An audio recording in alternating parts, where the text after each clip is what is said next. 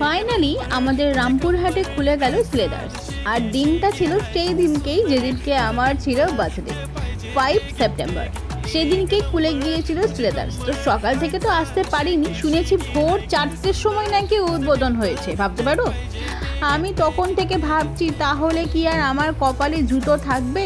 এইটা ছিল নিচের ফ্লোরটা, যেখানে ব্যাগ, এই সমস্ত বেল্ট এগুলো রয়েছে। এখন আমরা যাচ্ছি ওপরে, যেখানে আসল জুতো কিনবো।